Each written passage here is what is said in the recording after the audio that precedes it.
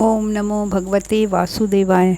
भाद्रपद शुक्ला वामन एकादशी के शुभ अवसर पर सभी श्रोताओं और भक्तों का बहुत बहुत स्वागत है और अभिनंदन। वामन एकादशी की कथा इस प्रकार है। युधिष्ठिर महाराज एक बार कहने लगे, हे भगवान, भाद्रपद शुक्ला एकादशी का नाम क्या है, इसकी विधि और महात्मा क्या है, कृपा करके आप विस्तार पूर्वक कहिए। तब श्री कृष्ण कहने लगे, हे राजन, इस पुण्य, स्वर्ग और मोक्ष को देने वाली तथा सब पापों का नाश करने के लिए इससे बढ़कर और कोई उपाय नहीं। जो मनुष्य इस एकादशी के दिन मेरे वामन रूप की पूजा करता है उससे तीनों लोग पूज्य होते हैं। अतः मोक्ष की इच्छा करने वाले मनुष्य इस व्रत को अवश्य करें। जो कमल नयन भगवान के कमल के फूल से पूजन करते हैं वो अवश्य भगवान के समीप जाते हैं। जिसने भाद्रपद शुक्ला एकादशी को व्रत और पूजन किया उसने ब्रह्मा विष्णु सहित तीनों लोकों का पूजन किया। अतः हरिवासर अर्थात एकादशी का व्रत अवश्य करना चाहिए। इस दिन भगवान करवट लेते हैं, इसलिए इसको परिवर्तनीय एकादशी भी कहते हैं। भगवान के वचन सुनकर युधिष्ठिर बोले, हे भगवान, मुझे अति संदेह हो रहा है कि आप किस प्रकार सोते और करवट लेते हैं तथा किस प्रकार राजा बलि को बांधा और वामन रूप रखकर आपने क्या क्या लीलाएं की। चातुर्मास के व्रत की विधि क्या है तथा आपके शयन करने पर मनुष्य का क्या कर्तव्य है, सो आप विस्तार पूर्वक मुझसे कहिए। श्री कृष्ण जी कहने लगे, हे राजन, अब आप सब पापों को नष्ट करने वाली कथा को श्रवण करें। त्रेता युग में बलि नाम का एक दैत्य था। वो मेरा परम भक्त था। विविध प्रकार के वेद सूक्तों से मेरा पूजन किया करता था और नित्य ही ब्राह्मणों का पूजन और यज्ञ भी करता था। परंतु इंद्र से द्वेष के कारण उसने इंद्रलोक और सभी देवताओं के लोकों को जीत लिया था।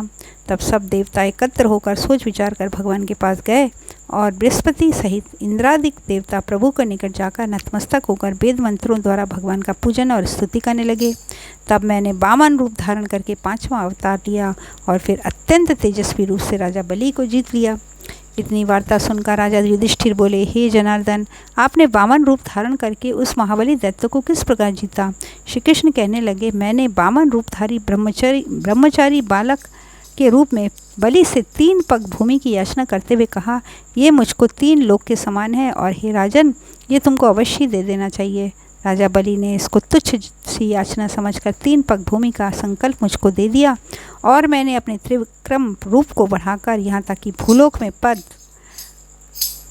ध्रुवलोक में जंगा, स्वर्गलोक में कमर, महालोक में पेट, जनलोक में हृदय, यमलोक में कंठ की स्थापना करके सत्यलोक में मुख, उसके ऊपर मस्तक स्थापित किया।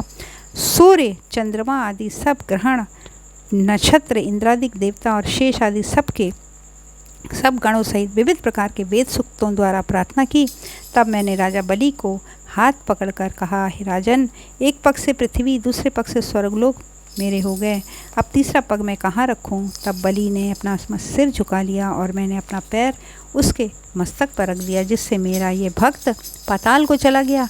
फिर उसकी विनती और नम्रता को देखकर मैंने कहा, हे बलि, मैं सदैव तुम्हारे निकट ही रहूँगा। विरोचन के पुत्र बलि के कहने पर वहाँ भाद्रपद शुक्ला परिवर्तनी एकादशी के दिन बलि के आश्रम में मेरी मूर्ति स्थापित हुई और दूसरी क्षीर सागर में शेषनाग के पृष्ठ पर हुई।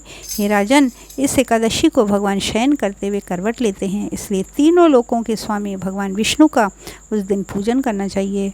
तांबा, चांदी, चावल और दही का दान करना उचित है।